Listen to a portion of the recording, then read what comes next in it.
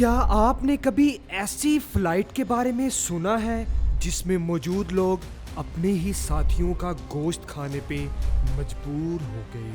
یہ ہے ایسے پلین کریش کی داستان جس کے مسافر -30 ڈگری کے ٹمپریچر میں 72 دن زندگی کے لیے لڑتے رہے۔ آخر اس دن ہوا کیا تھا؟ آئیے اس کی مکمل تفصیل جانتے ہیں۔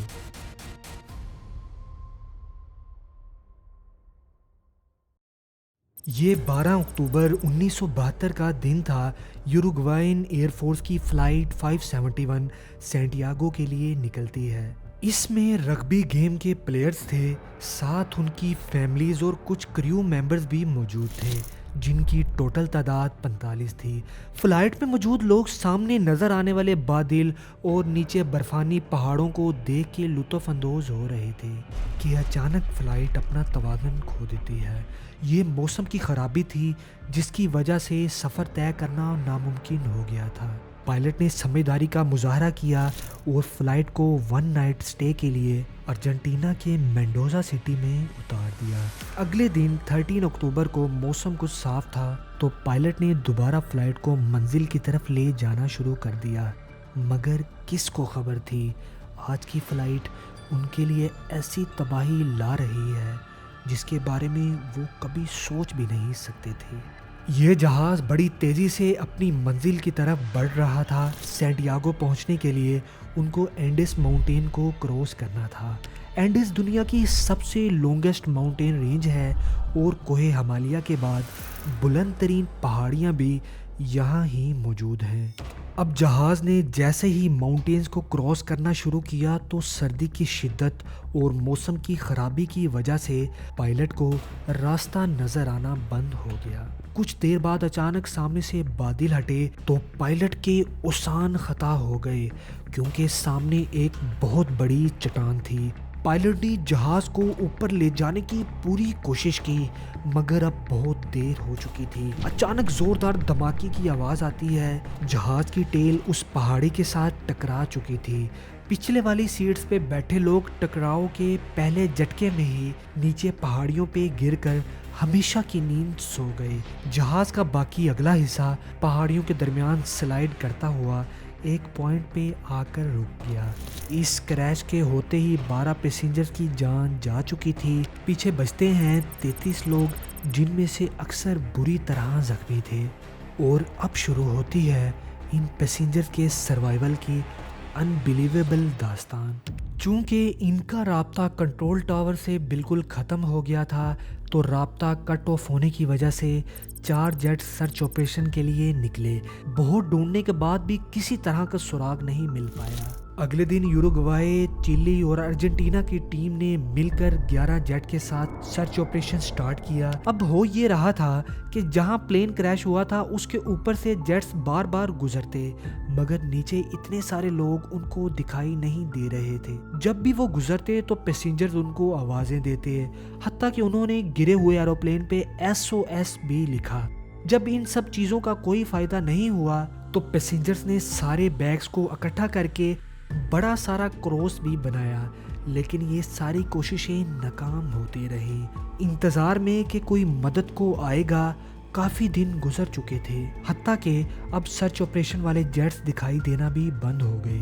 پیسنجرز خود کو زندہ رکھنے کے لیے بچا کچا سامان کھاتے اور جہاز کے اندر موجود سامان سے خود کو ڈھانپ کر وقت گزارتے۔ ایک دن پلین میں موجود پیسنجرز کو ایک ریڈیو ملتا ہے۔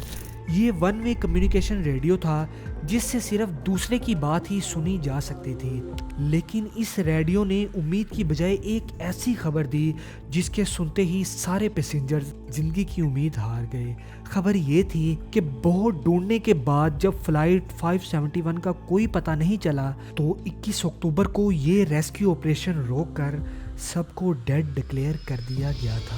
اب تو پیچھے کوئی راستہ نہیں بچا تھا، کھانا بھی ختم ہو گیا تھا اور زخمیوں کا درد سے برا حال تھا۔